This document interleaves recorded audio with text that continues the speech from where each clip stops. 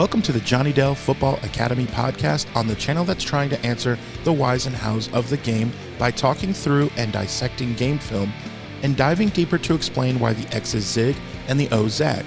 I am Adam Marino, joined by Mr. Johnny Dell, and we are reminding you, as always, the most fun way to watch is on YouTube, where we go live. There you can comment into the live show. Be sure to hit the notification bell and turn on your notifications so you can be a part of the conversation. We also stream live on Facebook and X. Also, the audio versions are always found on Spotify, Apple, wherever you get your podcasts. Now, if you are live with us in the chat, it's probably because you are subscribed, you've hit the notification bell, and turned those notifications on. So, when sharing with your friends, be sure to let them know. We also love to hear from you outside of our live show. Email us at johnnydellsfootballacademy@gmail.com, and you can always check out the website jfa49.com, as it is the most fun way to support the channel. Also, the way we boost the chat and boost the algorithm is to type out hashtag JD49.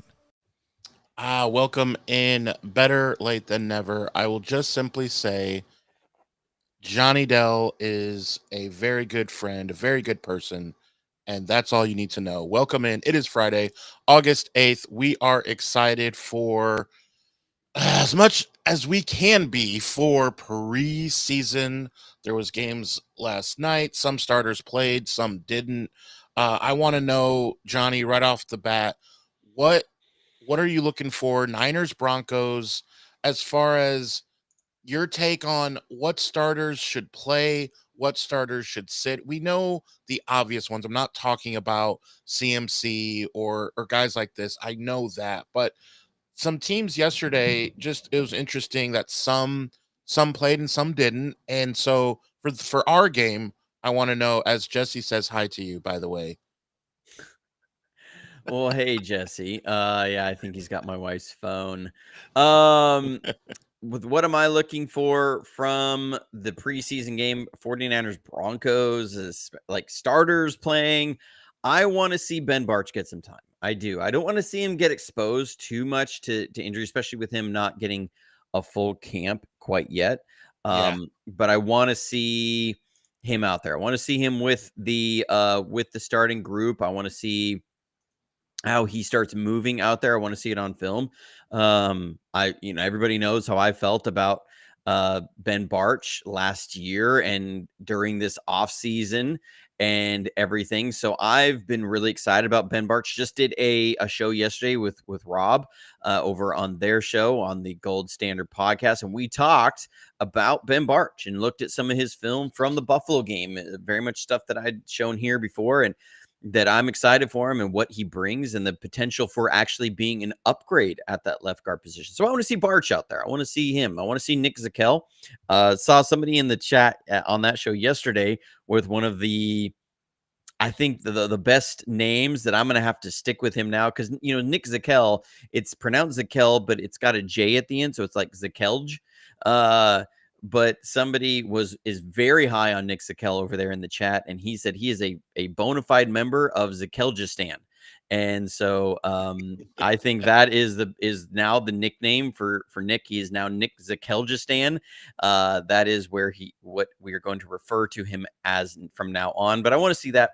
I want to see D Winters fly around a little bit. I don't want him exposed too much because he's one of those players that will go out there and hurt himself if you don't keep the reins on him a little bit, and you don't want him getting banged up in a preseason game and missing week one. This week one is hugely important. It's a divisional game. It's against a division opponent that we let a game slip away last year that should have been a win. And so you can't let that go by. We need him out there terrorizing Sam Darnold and that Seattle running game. We need him in coverage. So I want to see him a little bit just to see, the progression. They may just shelve him and say, no, he's not going to play at all. I want to see CJ West. I want to see him going against in some sort of like organized activities that are NFL. Everybody knows how I feel about CJ West. I'm super high on the kid.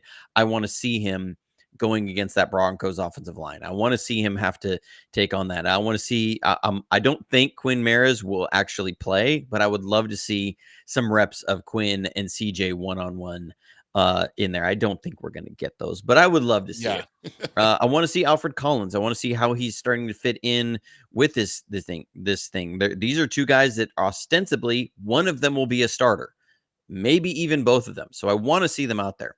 I really want to see the kid Upton Stout. We have a lot of young guys to look at. We're not going to get a look at Micah Williams. Thankfully, it wasn't a really bad injury that he sustained yesterday. He hyperextended his knee. As somebody who has done that myself, I did that with my left knee when I was playing football in a practice. It was sore for 2 days. Then I played in the game in the weekend. He can probably expect a few arthritis symptoms to start knocking on his door in about 10 to 12 years. That's what I experienced with it. Anyway, that's no matter what. That's all football No, players. not when you're 26 and 27, and it's in the knee that you hyperextended. That tends to be a good correlation there.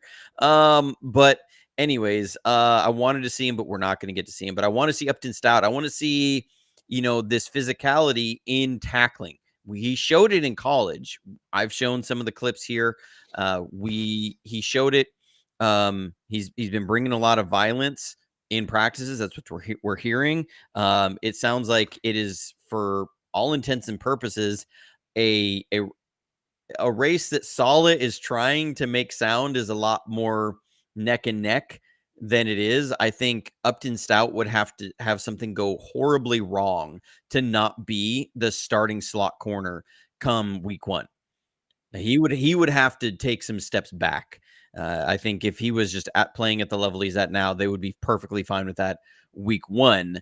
But I want to see him out there and see what it's like when you have to get somebody to the ground. It's one thing to bring some violence and pop a shoulder in there.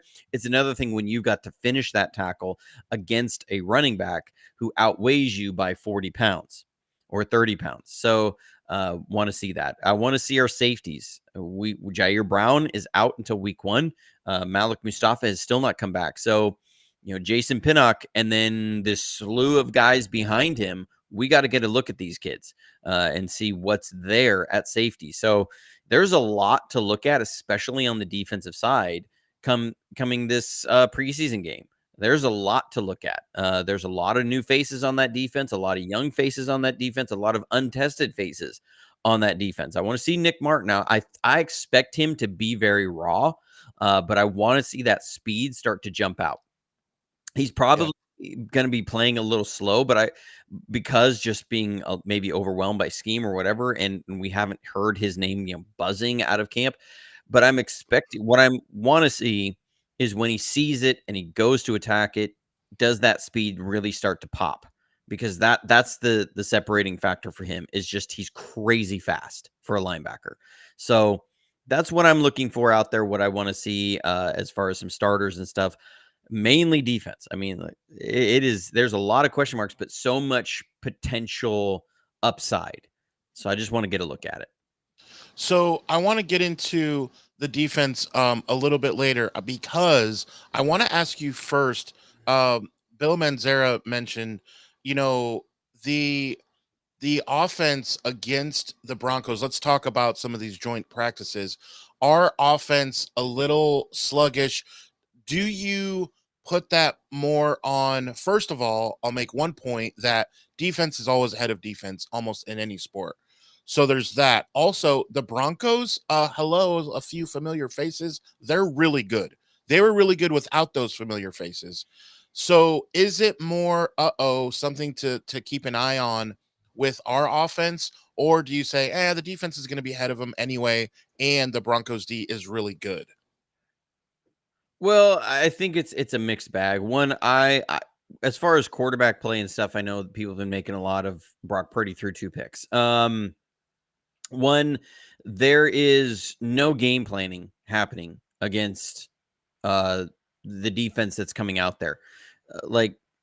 There's not a week long of game film watching, of prep, of prepping for specific looks as you come out there. It's all very, very reactionary. And one of the things that is one of Brock Purdy's greatest strength, and this was the same thing with Joe Montana and Steve Young and Tom Brady, was not just coming out there and being reactionary. It was being proactionary in the sense that they would study so much film and they would have so much under their belt. And same thing with Peyton Manning, that they didn't have to react to everything in real time. It was, you knew pre-snap based on a lot of things, or even within just one or two steps, because it triggered everything that you'd watched on film, where to go with the ball. And so when that's not quite there, I kind of expect that with a player like Brock Purdy.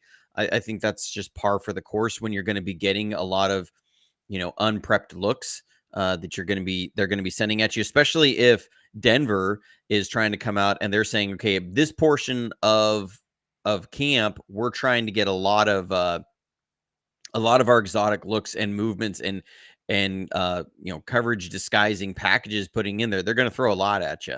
And that is a very good defensive line. That's a defensive line that has really been built around trying to defend what the 49ers do so well that's spread across the league, which is that wide zone. And so, their guys are guys that can move, and they are disruptors. They get into the backfield, that they're a defense built around, we are not going to be beat by a wide zone team like that as far as a run game. Like, that's just what they are.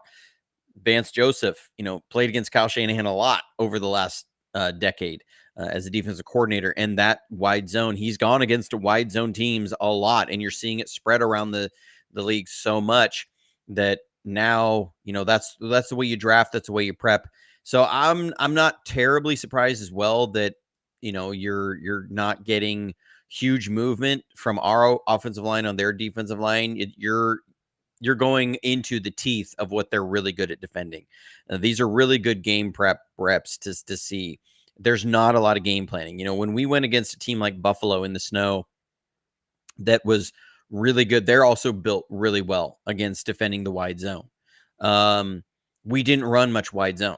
We ran a lot of split zone. We ran a lot of counters. We ran a lot of duo. Like, we ran more straight ahead stuff.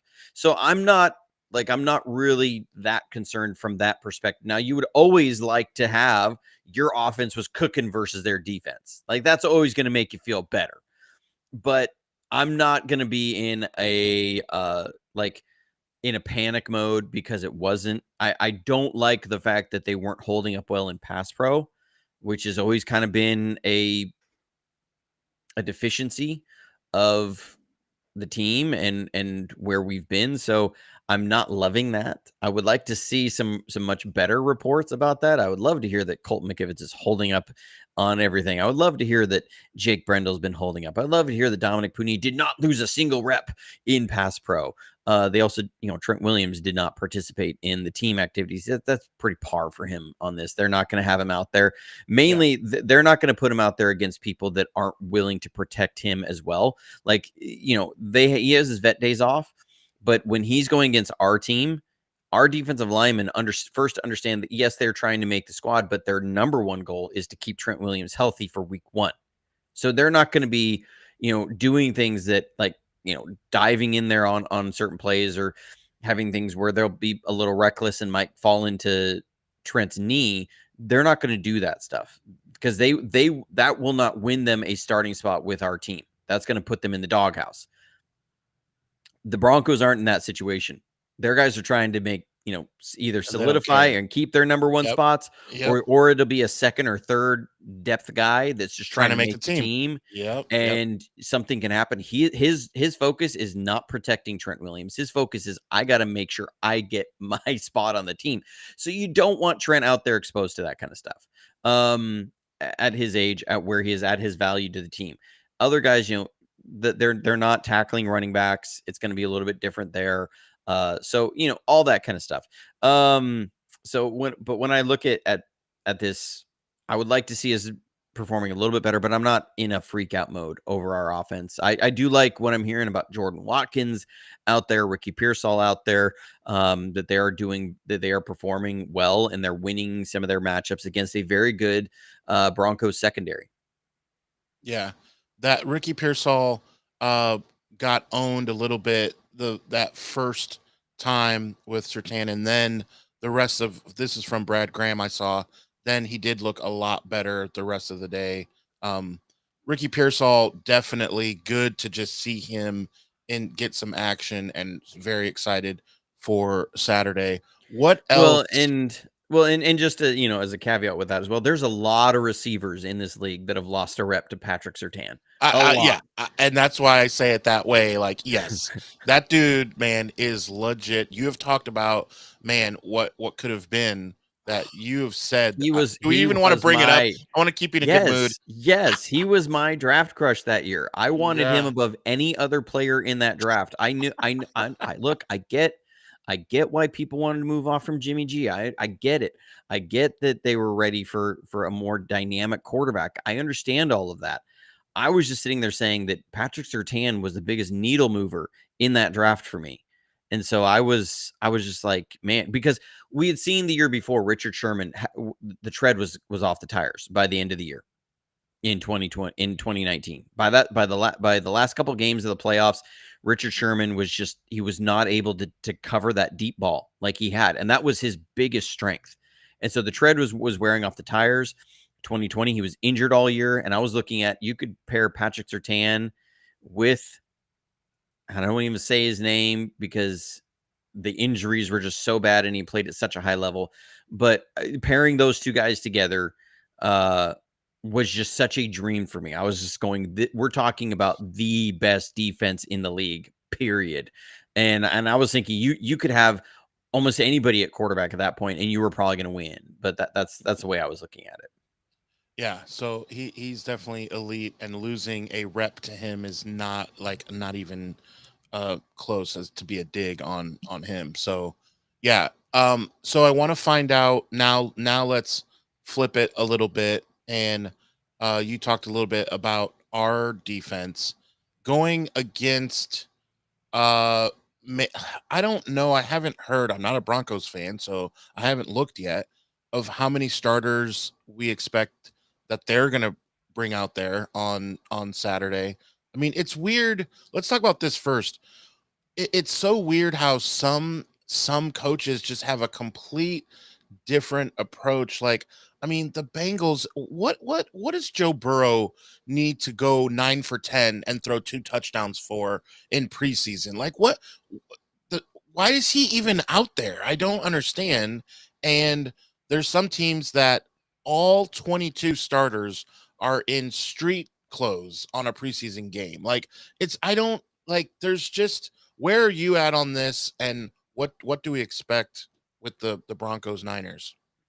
I mean, you're right that there's a lot of variance around the league about how you approach preseason It's games. wild. It's so wild. I think it also is different depending on what, like, where you're at, where the temperature gauge is on your team.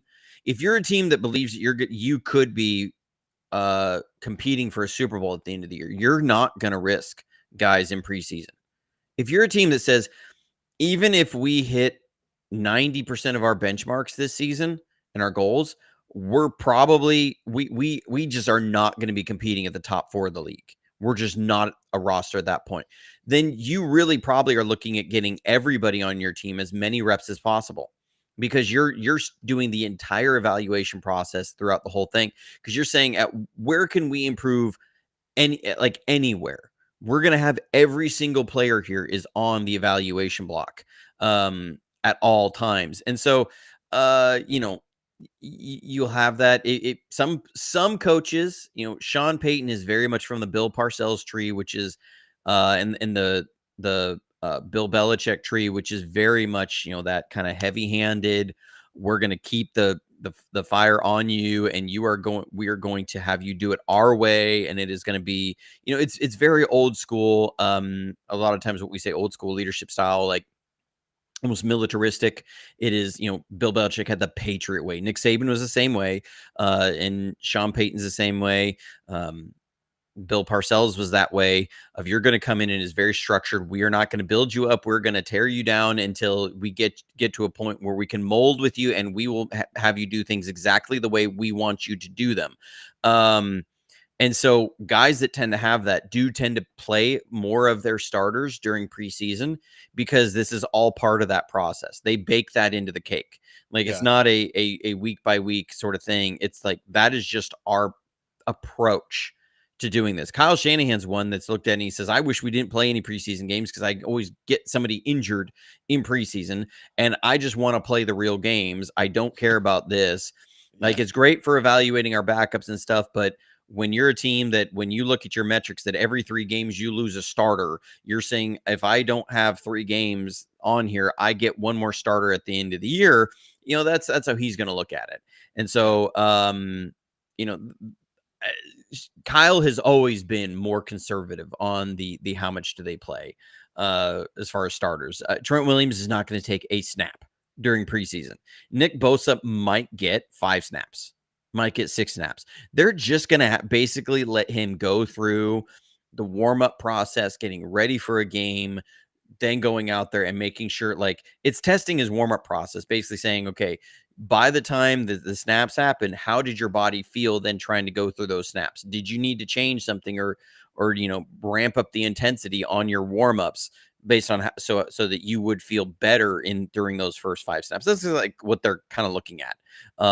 When they have guys in there that's going to be one series. They're really letting these guys go through their pregame routines to make sure that it's dialed in and it's exactly the way they need and that they're on their schedules, like that kind of stuff. So, because you're not getting Nick Bosa 6 reps so that he can be sharpened by week 1. Like that, those 6 preseason reps are not sharpening him and getting him ready for week 1. It's he's getting his pregame routine ready. And how did you feel after those 6 reps? Did you feel like you warmed up properly? Did you feel like you could move exactly the way you want? Did you feel like that was all that stuff? Like, if not, we need to reevaluate your pregame routine.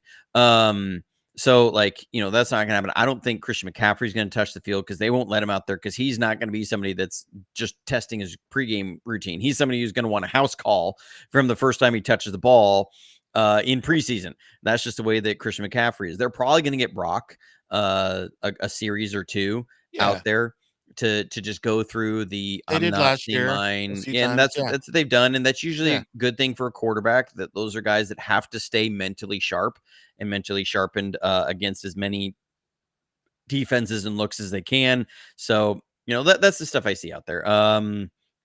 For me, I just I want to see mostly your 2s and 3s. I really do, because I'm in the evaluation stage. So I want to see the 2s and 3s and then the unproven ones. Like So many question let's get marks. those There's so let's get many. those Yeah. guys out there. I want to see the film. I want to watch the tape and see what we got and evaluate it from there. I'm all about all those reps. I'm not as much worried about the fourth quarter, like usually when it's guys that are, you know, in the like 70 to 90 range on the 90-man roster during camp.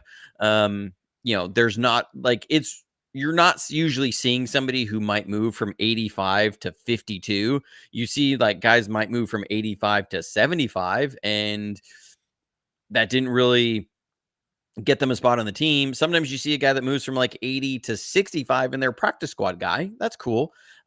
See that. But, you know, as far as I want to evaluate our backups and see what's going on there. But I'm excited for some actual real football. I want to see some 49ers helmets out there, Yeah. in new tape, something new that's happening. I'm ready for it. It feels like finally we have something we don't have to look at last year's tape at all. We can Yeah. burn the tape. Not Burn the literally. ships. I usually keep a lot of film. Yeah. That's why I have 2 It's external on the hard drives. cloud. It's on the cloud. It's on the cloud. No, it's 2 external hard drives. I don't have enough Okay. room on the cloud anymore. My Okay. Google Yeah. Drive gets filled up real quick with all that stuff. But anyways, yeah. That's what I'm excited for. So I do want to get into this. Thank you, Lisa. So for the super chat, let's get into this. So you did not miss it, Lisa. Let's talk about it. She says she probably missed it, but why was everyone freaking out about the Broncos group stretches that the 49ers don't do supposedly? I'll take a stab at this, Johnny. Injuries. Hello. Like, we have been injured so many years where, and it's not just where it's like everyone has injuries, but we led the league twice. 2 separate times we led the league in most games missed by starters. And so when you look at a team that we're going up against in a joint practice, and you see them doing all of this stretching and all of this where it's everyone can see. Well, now it gets in your head that, hey, how come we don't stretch? That's how we get hurt, because we're not stretching. Now, obviously, I don't think deep down that is the case. Of course, your guys are stretching. Maybe it's just in the locker room, it's not visible. So However, it does make you think.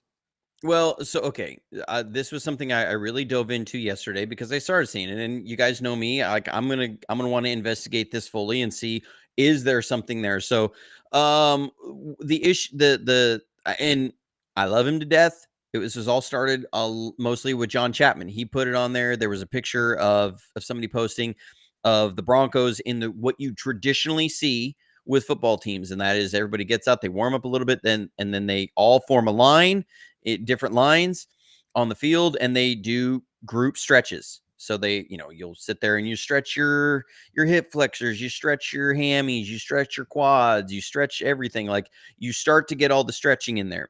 And he posted that you saw the Broncos doing that, and none of the 49ers players were doing that. There was no team group.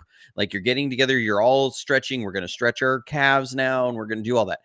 So when you see a team that has a lot of soft tissue injuries, like the 49ers, lots of pulled hammies, Juwan Jennings dealing with a calf, you see groin pulls, you see this kind of stuff. It makes the reaction of everybody is going to be, well, we aren't stretching. That's Right. why we're pulling stuff. You're not stretching. But what the 49ers approach is actually not a zero stretching approach. It's what's called dynamic stretching. So there's static stretching, which is what the Broncos were doing. The 49ers do what's called dynamic stretching. And the data on this actually supports the 49ers approach. So, again, you're seeing two different generations of coaches that with the Broncos, that the static stretching is something that is very much, a traditional football thing that like everybody's Old been school. doing for 60 years. Dynamic stretching is something that's come in over the last 10 to 15 years. And what dynamic stretching shows, which is more guys are going to be moving. So like you'll see guys doing a lot of high knees. They're going to be running, they're going to be bringing that knee way up as they're moving and as they're jogging.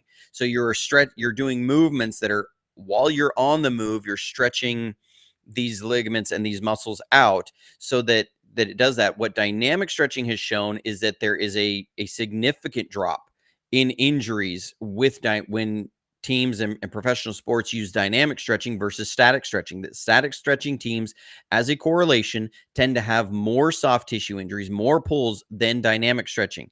So the kind of freak out is that people don't understand the difference between dynamic and static stretching, that the 49ers are using one. They're not just not stretching. They're using a different approach, and an approach actually that does have more data behind it to support that approach. Now, the caveat with that comes to when everybody sees the 49ers taking this approach, you say, obviously our approach must be wrong because we have a lot of guys injured.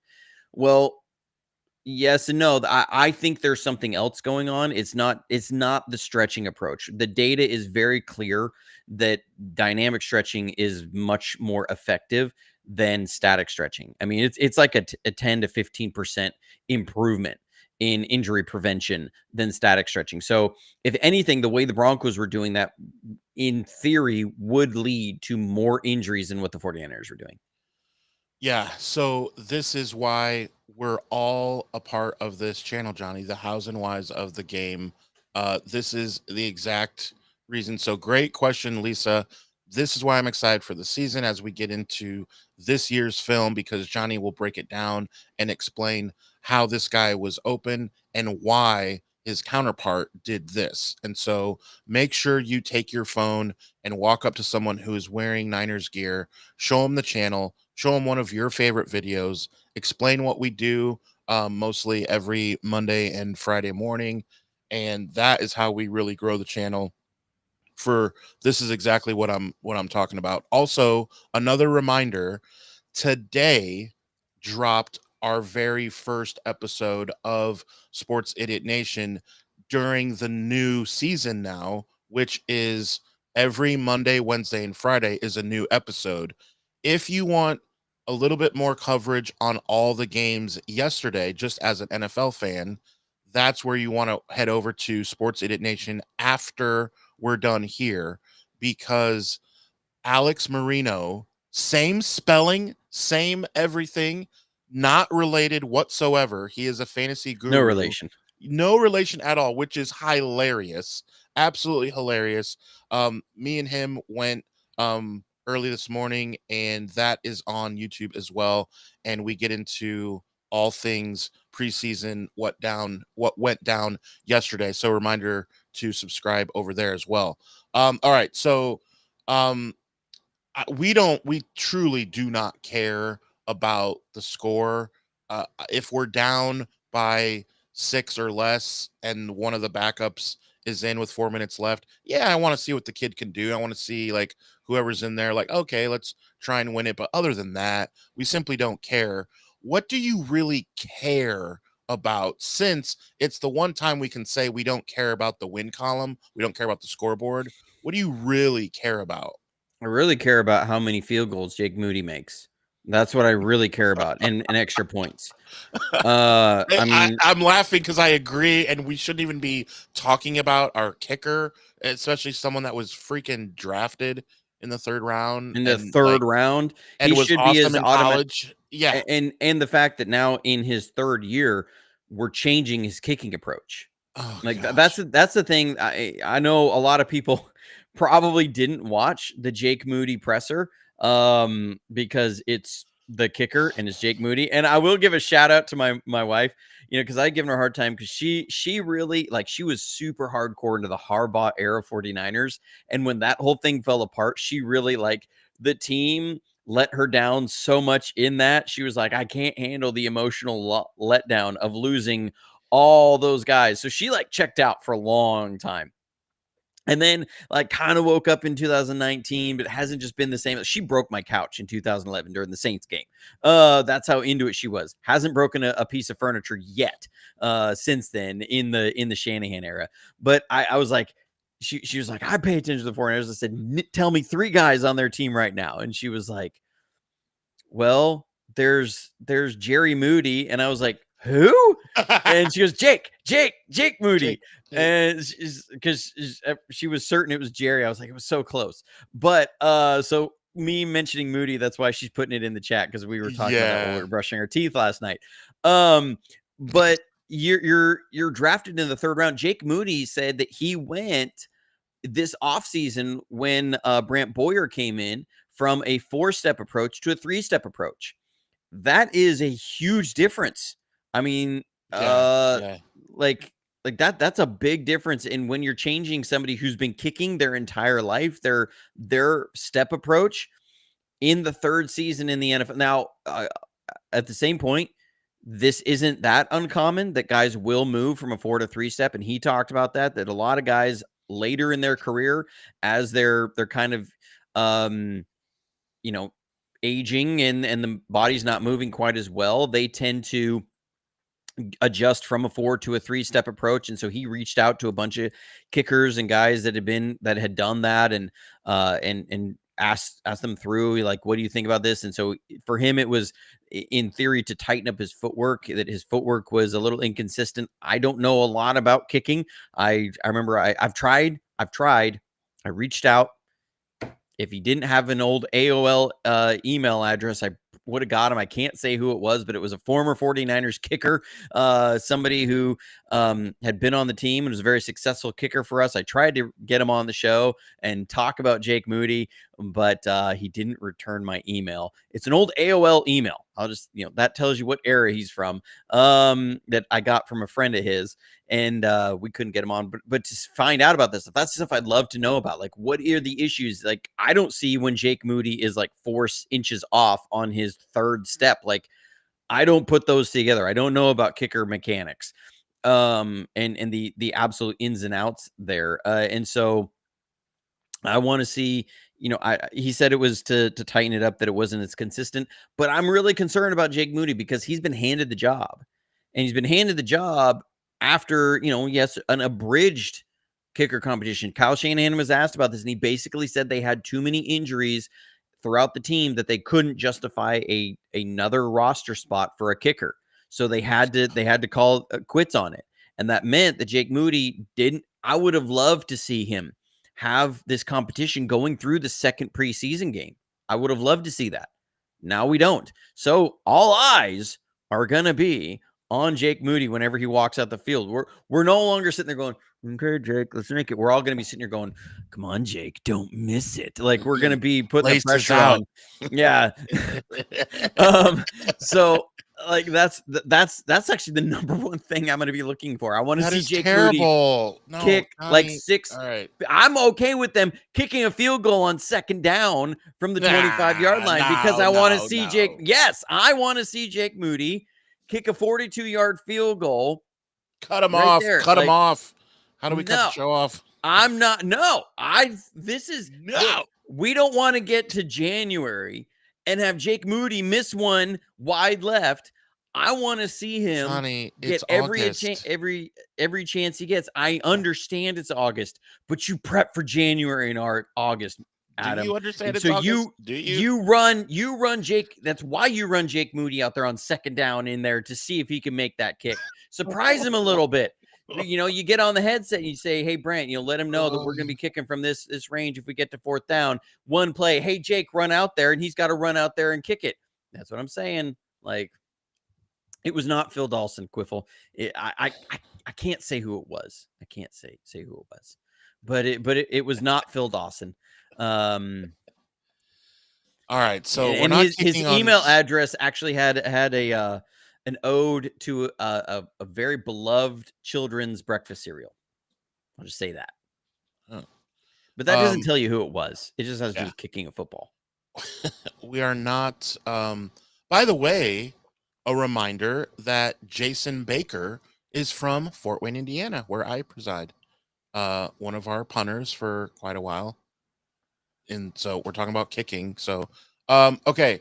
I could honestly, I could probably find a way to find his info and get him on the show if we would like a random punter to be on the show. Hey, look, it's I think the special teams is something that people don't care about, but then when you get somebody who actually understands the details of it, you're like, wow, I never knew any of this stuff. Like, you just think the guys are over there kicking the ball. You're like, yeah, just kick a ball. Why can't we get one of the Venezuelan soccer players out here to do this?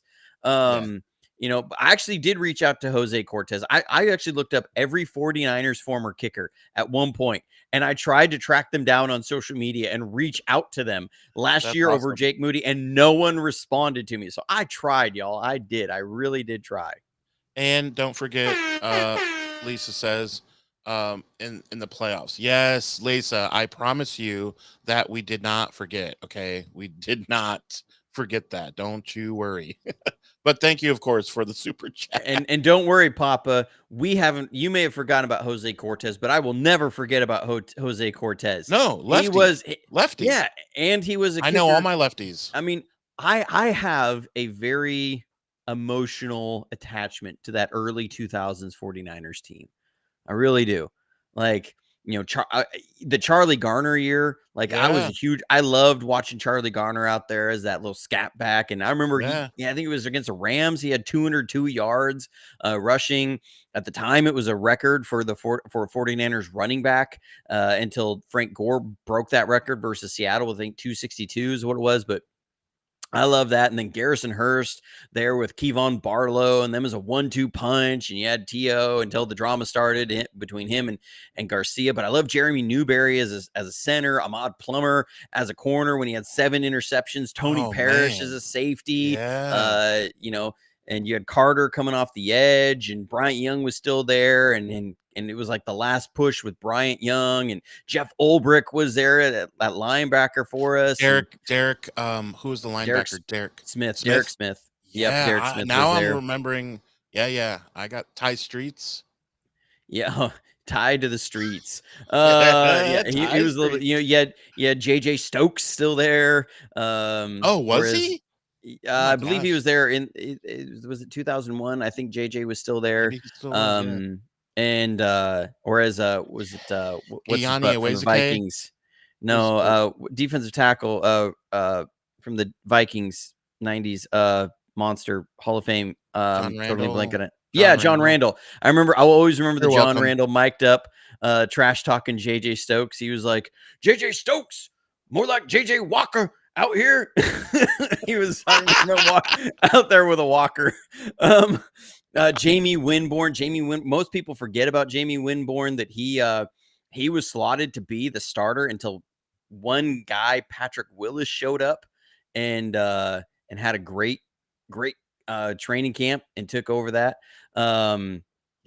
I have a serious love relationship on that early 2000s Mooch team. I mean, Mooch couldn't get done in the playoffs, but man, you loved Mooch.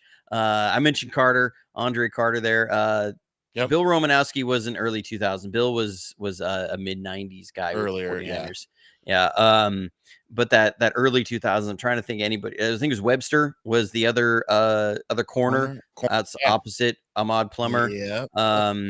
We had number 38. I'm trying to remember his name. Darnell Walker was safety. No. It was a safety. I remember one time he laid a hit on I think it was a Rams receiver or tight end right down the seam that literally just popped his helmet off. Yes, Einer, we are live. So we can see you in the chat. Brandon Lloyd. Brandon Lloyd, he was a little bit later. Remember, he was drafted during that time where the 49ers were in the dark ages. That was the mid 2000s. He was on that rookie team where some of the Tim Rattay, doing Mays. Tim, we're okay with Tim Rattay. Tim Rattay, Jeff Garcia quarterback controversy. Nah, no, we're not going to get into that. But yeah, I love that early 2000s Niners team. They were doing so good. I mean, of course, you can't forget about Julian Peterson. Of course, he didn't come in until a little bit later. Like we forgot, I think that was 2002 when he came in. I always remember Jeremy Shockey had a chance to get a touchdown against us when we were playing the Giants, and him and Peterson were having some beef, and he ended up changing his angle to try and run over Peterson at the goal line, and Peterson stopped him. It was well before Deshaun Goldson. I'm gonna have to look this up because he was 38. But that's why I was like, Darnell Walker. Why does that sound right? But you're saying it's not him? No, it wasn't Darnell Walker. I'm gonna look this up. So I will remind you guys while Johnny's doing that again. This is just awesome to hang out and relive old times and talk about old players. Like this is half the fun. So remember, take your phone. Walk up to someone who's wearing Niners gear and say, hey, have you seen this channel? It's super cool and you got to see it. Don't be weird about it like I am. Ronnie Hurd. Oh, Hurd. Ronnie Hurd. That's who it was. Dude. Ronnie Hurd. Hurd. Yeah, I finally remembered it. You. There it is. Yeah.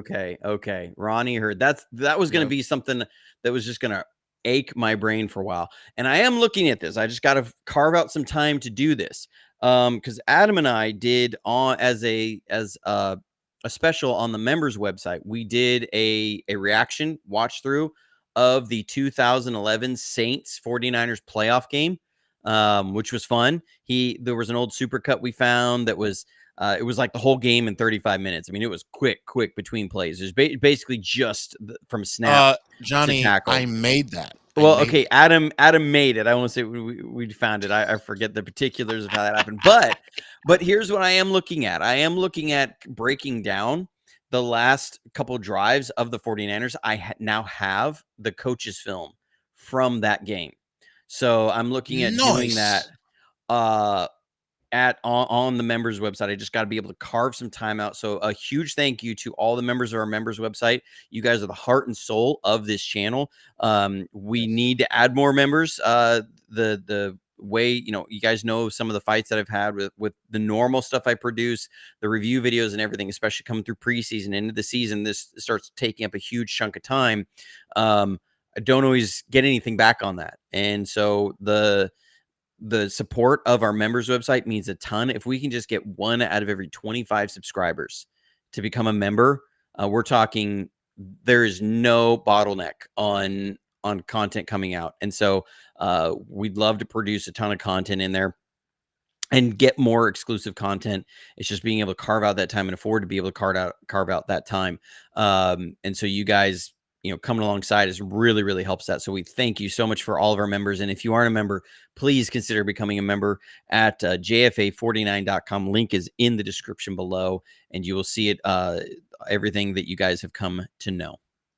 Yep, and even Dawn checking in saying YouTube has really been a bully for sure. It's So not as much YouTube. frustration It's some other entities on YouTube that then who are YouTube just says we're hands who off. We're hands off. right, right, We're right, not right. we're not a legal entity, so we're not actually gonna moderate this dispute. You guys are kind of figured out amongst yourselves, and that's where it becomes an issue.